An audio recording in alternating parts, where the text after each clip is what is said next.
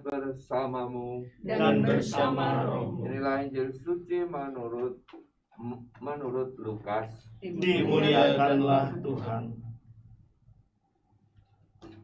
Ketika Yohanes Pembaptis mewartakan pertobatan, orang banyak bertanya kepadanya, "Jika demikian, apakah yang harus kami perbuat?" Jawab Yohanes, "Barang siapa mempunyai 2 helai baju, hendaklah ia membaginya dengan yang tidak punya. Dan barang siapa mempunyai makanan, hendaklah ia berbuat demikian juga." Pada waktu itu datang juga pemungut-pemungut cukai untuk dibaptis, dan mereka bertanya kepada Yohanes, "Guru, apakah yang harus kami perbuat?" Jawab Yohanes, "Jangan menagih lebih banyak dari yang telah ditentukan." Dan prajurit-prajurit pun bertanya kepadanya, "Dan kami, apakah yang harus kami perbuat?" Jawab Yohanes kepada mereka, "Jangan merampas dan jangan memeras, dan cukupkanlah dirimu dengan gajimu." Tetapi orang banyak itu sedang menanti dan berharap, dan semuanya bertanya dalam hati tentang Yohanes kalau ia adalah Mesias. Karena itu Yohanes berkata kepada semua orang itu, "Aku membaptis kamu dengan air, tetapi ia yang lebih berkuasa daripada aku masih akan datang, dan membuka tali kasutnya pun aku tidak layak. Ia akan membaptis kamu dengan Roh Kudus dan dengan api. Alat penampi sudah ada di tangannya. Ia akan membersihkan tempat pengirikannya untuk mengumpulkan gandum ke dalam lumbungnya. Tetapi debu jerami akan dibakarnya dalam api yang tidak terpadamkan." Dengan banyak nasihat lain, Yohanes memberitakan Injil kepada orang banyak. Demikianlah sabda Tuhan. Terpujilah Kristus. Bapak, Ibu, dan saudara-saudari sekalian yang dikasihi Tuhan,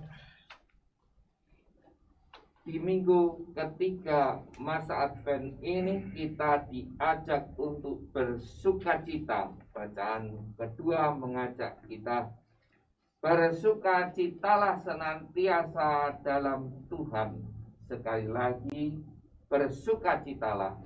Itulah kata Paulus kepada jemaat di Filipi. Dia mengajak untuk bersukacita dan tidak khawatir akan apa-apa dalam hidupnya. Dalam Injil Lukas, kita diajak untuk bersama-sama berbuat sukacita dalam kebaikan. Kalau minggu ini kita memasang lilin berwarna merah jambu atau pink sebagai lambang simbol sukacita dan kegembiraan orang-orang yang bertobat, yang telah bertobat, orang-orang yang bersukacita karena merasakan kehadiran Allah dalam hidupnya. Lalu kita mau buat apa? Yohanes Pembaptis ketika mewartakan pertobatan itu ditanya oleh orang banyak, "Kami harus berbuat apa untuk pertobatan ini?" Lalu Yohanes Pembaptis mengatakan, "Barang siapa mempunyai 2 helai baju," artinya lebih, mempunyai 2 helai baju, hendaklah ia membagikannya dengan yang tidak punya. Barang siapa mempunyai makanan, hendaklah ia berbuat demikian juga. Artinya kita diajak oleh Yohanes Pembaptis untuk berbagi. Dan di zaman pandemi ini banyak orang berbagi. Di zaman pandemi ini kita bisa berbagi.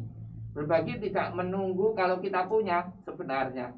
Berbagi adalah ketika kita tergerak hati kita oleh belas kasihan untuk memang membagikan sesuatu yang ada dalam diri kita. Seringkali kita mengatakan, aku nggak punya, belum bisa berbagi. Tidak, kita sudah punya, tapi pertanyaan, maukah kita berbagi?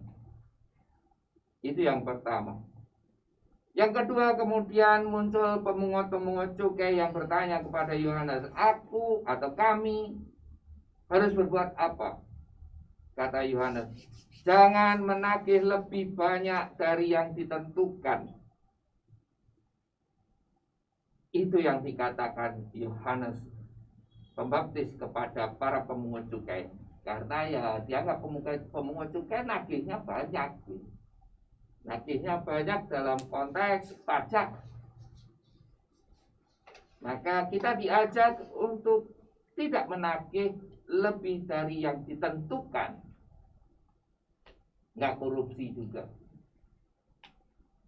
Yang ketiga, ketika Yohanes ditanya oleh prajurit-prajurit, Yohanes menjawab, jangan merampas dan jangan memeras. Jangan merampas dan jangan memeras. Cukupkanlah dirimu dengan gajimu. Itulah hakmu. Bapak, Ibu, dan saudara-saudara sekalian, inilah teladan-teladan kebaikan untuk perbuatan bertobat. Kita diajak untuk bertobat dengan sukacita. Maka marilah kita mohon rahmat Roh Kudus agar memampukan kita, melayakkan kita. Kalau Yesus memberikan baptisan dengan Roh Kudus dan dengan api, inilah layaknya kita untuk mempraktekkan dalam hidup kita. Karena kita sudah dibaptis dalam Allah. Kita sudah dibaptis dan kita sudah menerima Roh Kudus. Maka beranikanlah diri kita, membiarkan Roh Kudus memampukan kita, mengubah hidup kita, menjaga kita agar kita mudah berbagi, mudah melakukan keadilan dan kasih, mempunyai pengharapan dan melakukannya dengan penuh sukacita. Tuhan memberkati kita semua. Amin.